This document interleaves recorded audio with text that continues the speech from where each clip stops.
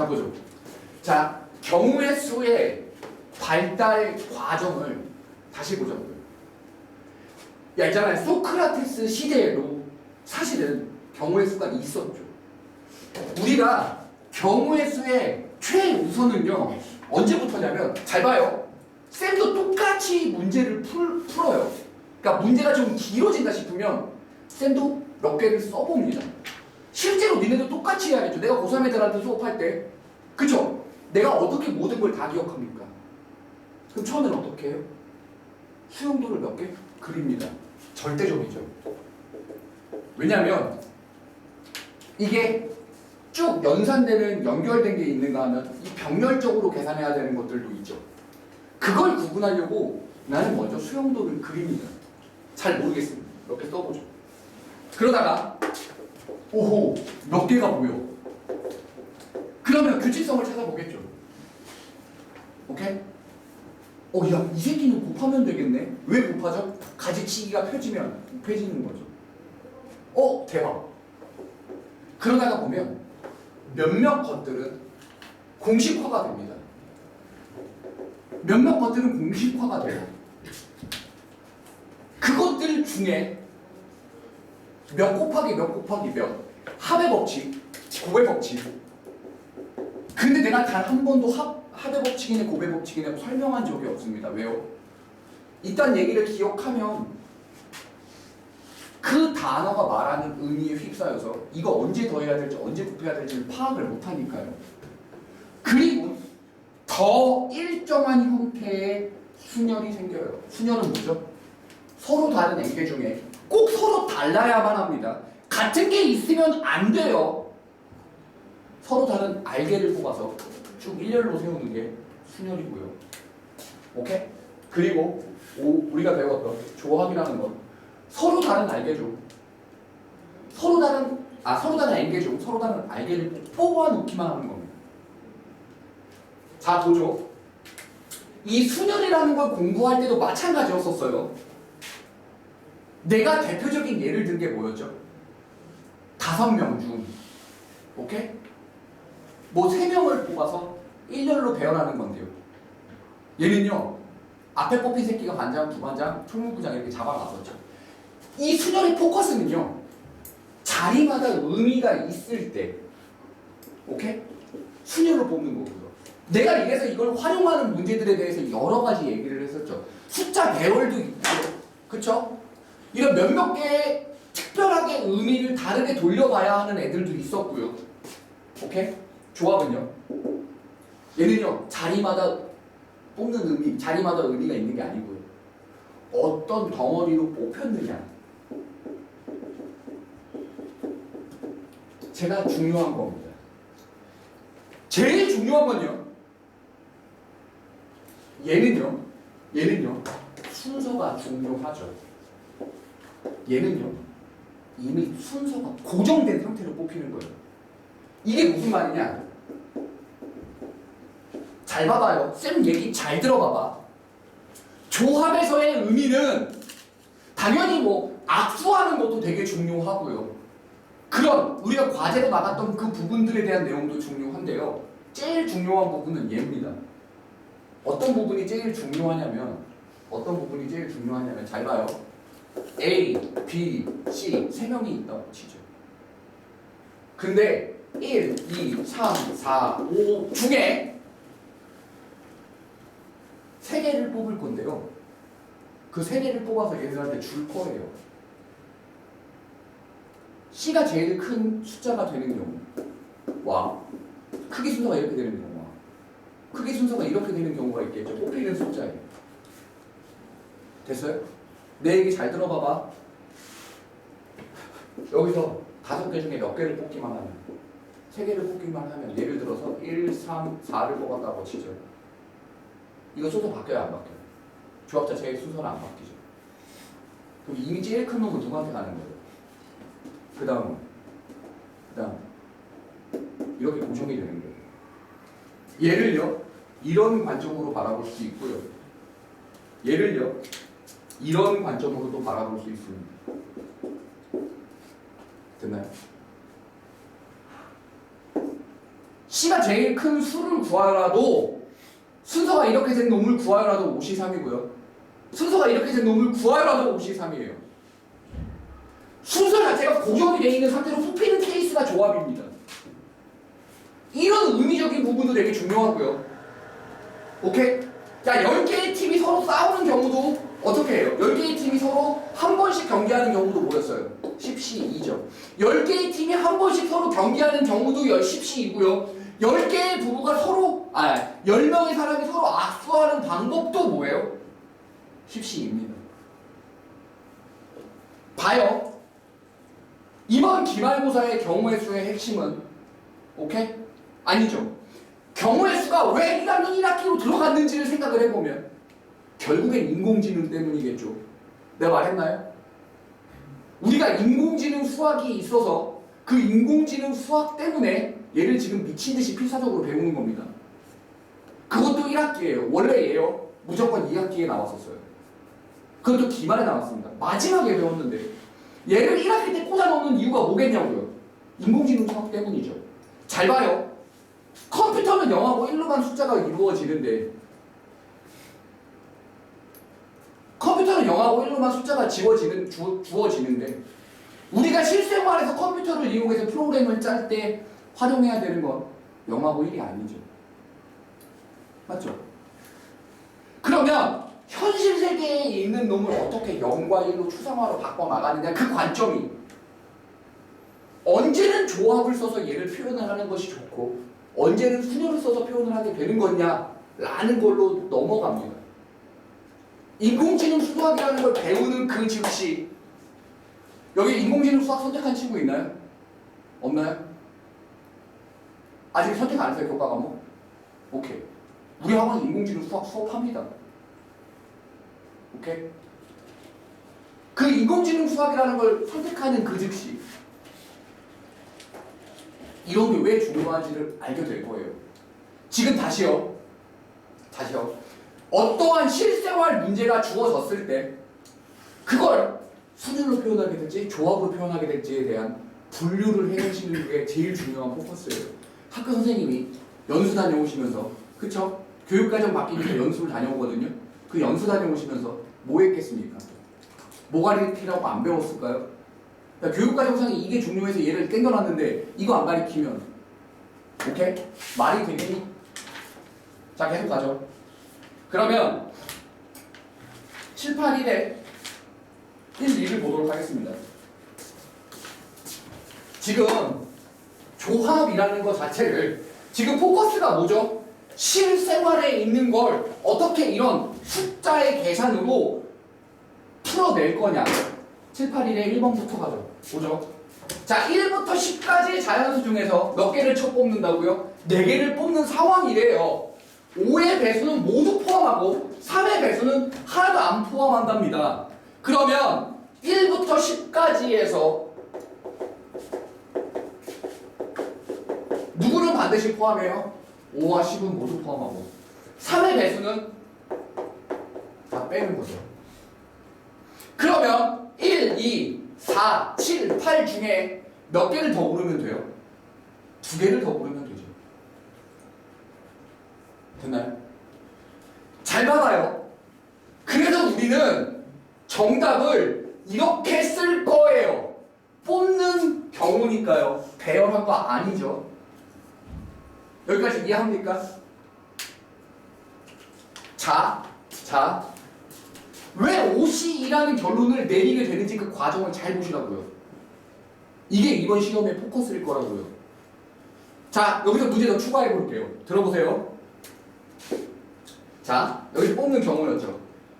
뽑아서 배열하는 경우의 수도 생각해보죠. 한번 해볼래요? 이걸 병신 같은 단어로 분할과 분배라는 걸로 가리킵니다. 그것보다는 그냥 원리 자체를 이해해보세요. 그게 별것도 아니니까요. 해보시죠. 자기 나름대로 결론을 내려보셔야 해요.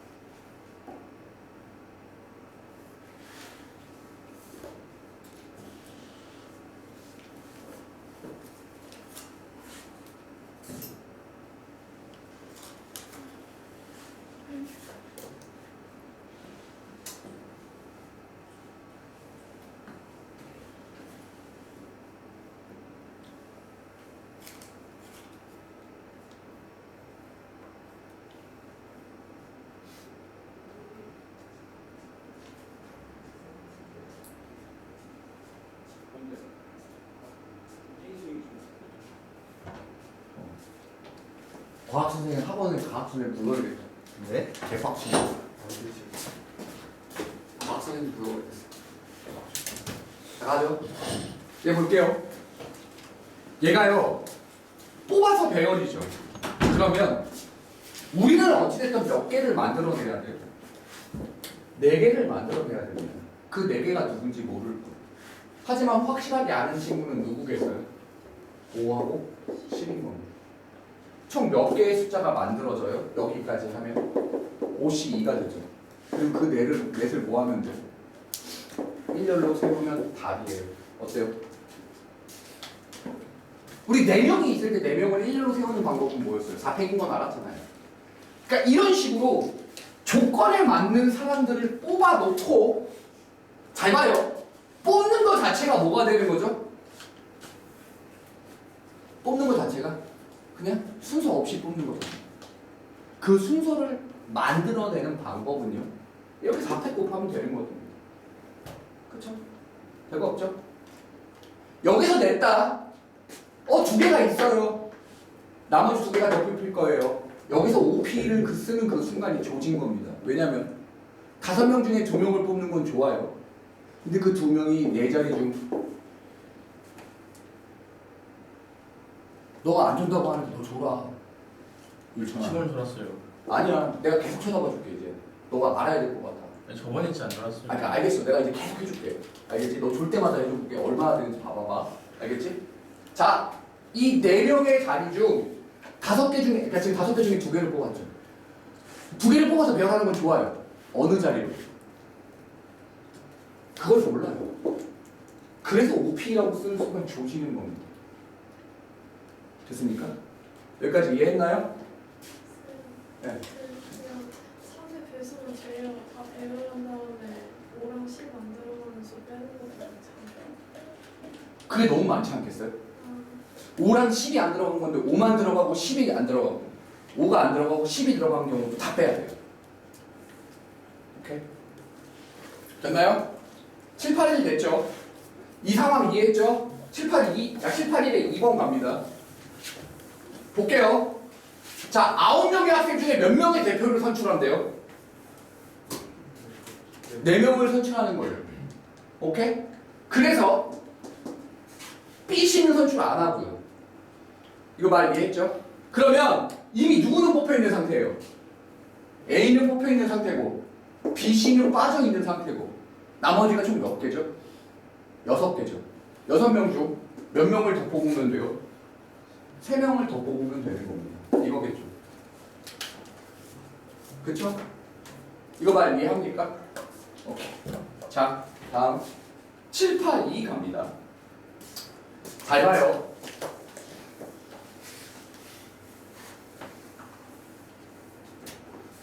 여기 볼게요. 이 문제를 적어도라는 단어로 구분을 하면 큰일 나는 게 이유가 보여드릴게요. 이 적어도라는 단어로 전체에서 빼야지라는 걸 구분하는 그 순간이 큰일 나는 상황인 걸 보여드리겠습니다. 네. 땡큐. 알겠습니다. 너는 뭔데? 너는 사준다고 안 했는데? 귀여워. 당황하는 표정 안 내고 못 봐요. 자, 보죠. 여학생이 2명 이하라고 바뀌어 있는 케이스 2개의 문제 상황을 구분해 보죠. 자, 첫 번째 문제. 이거 문제 자체를 한번 풀어볼게요. 남학생이 적어도 2명 뽑는 경우죠. 그러면 전체가 총 몇 명입니까? 9명이죠. 전체 9명 중에 4명을 뽑죠. 말 이해해요? 이게 뭐죠? 전체 가지수죠. 됐나요? 거기서 남학생이 적어도 2명 뽑히니까 전부 다 여학생만 뽑는 경우 몇이에요? 5시 3. 여학생을 몇 명 뽑는 경우예요? 3명을 뽑는 경우. 몇이에요? 이러면 이래 버리면 맞나요? 그리고 남학생들 몇 명이죠? 4명 중에 1명을 뽑는 케이스겠죠? 이거 왜 곱하는지 알아요? 이거 왜 곱해요, 친구들? 얘들아, 이 남학생 1명 뽑힌 상황과 여학생 3명 뽑힌 상황에서 이거 둘을 왜 곱하냐고요? 남자가 A라는 친구가 뽑힐 동안 여자가 뽑히는 케이스가 여러 개가 나오겠죠. 남자가 B가 뽑혔을 때 또 세면 되고요. 맞습니까? 이래서 곱하는 겁니다. 자, 이렇게 쓸 수 있는 거 이해해요? 말 이해합니까? 됐어요? 와우. 나 날씬한데? 자, 이해했어요? 됐나요? 자, 지금 저건 적어도라는 개념 때문에 여사건에서 빼는, 그러니까 전체에서 빼는 거죠. 자, 문제를 이제 바꿔서 얘 무시하세요. 여학생을 2명 이하로 뽑는 경우죠. 얘는 적어도라는 단어가 있나요? 없죠. 자, 기억해 주세요. 상황을 쭉 쓰다가 오케이? 상황을 쭉 쓰다가 아, 이건 여사건이 더 빠르겠다라는 생각을 하면 여사건으로 푸는 겁니다. 그래서 상황을 전체적으로 꼭 확인해 봐야 해요. 단순하게 무조건 적어도가 있다고 여사건은 아닙니다. 이해하셨나요? 오케이. 됐죠? 질문 끝. 이제 우리 나갈 거 나갈게요.